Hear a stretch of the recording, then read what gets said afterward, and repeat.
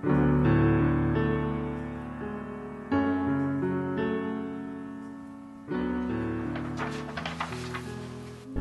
one of the things that I enjoy about picking images is when I can find an untapped source. That would be an artist that hasn't already been in the puzzle market. So I get very excited when I find someone whose work is ideal for puzzles and has never been a puzzle person before.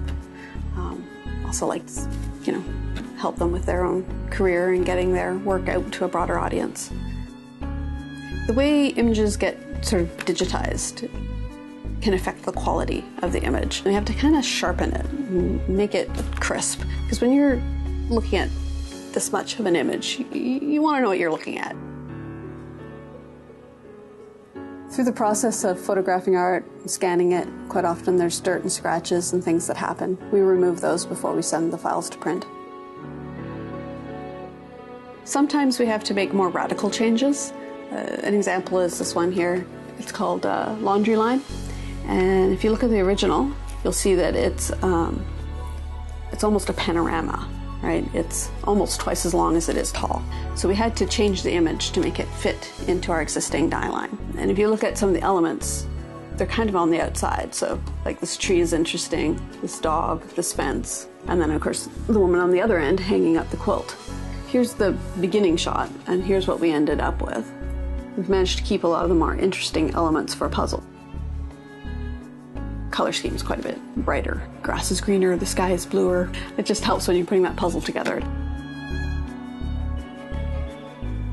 This image here, and as you can see, it's a lovely little image, but it's very gray and sort of colorless. So we decided to make it an easier puzzle to put together, that we wanted different areas of color.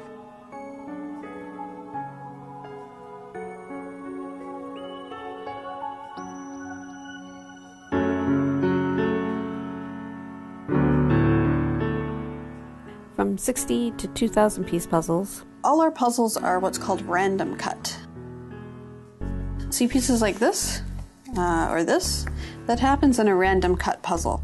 The other alternative is what's called a ribbon cut, and they're actually more difficult to do because it's almost like a grid, right?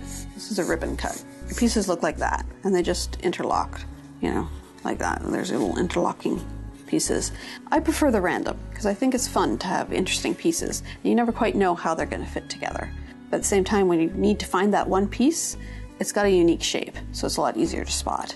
So we use the linen print on the puzzle itself, and we also use it on the box so that the final products, match.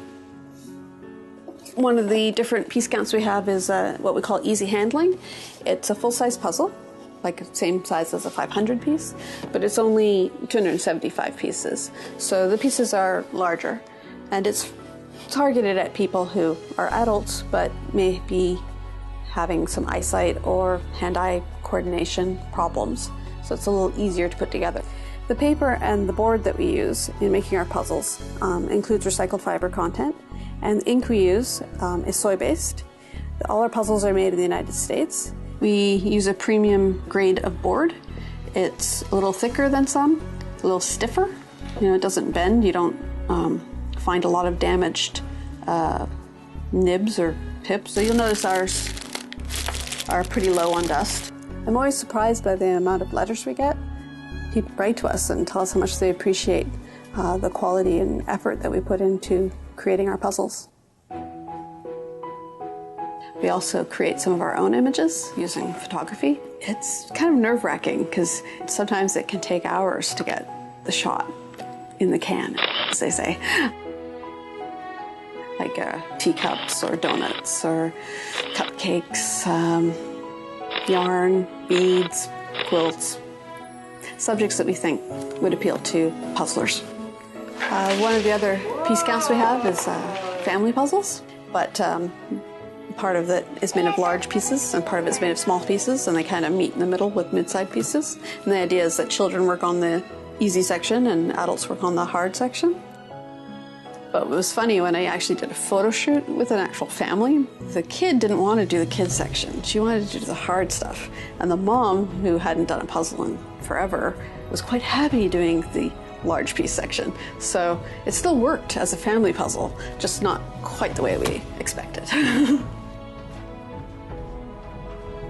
We're a relatively new company. We get to learn something new every year, but through quality images, quality workmanship, quality materials, attention to detail, our goal is to produce the best puzzles in North America.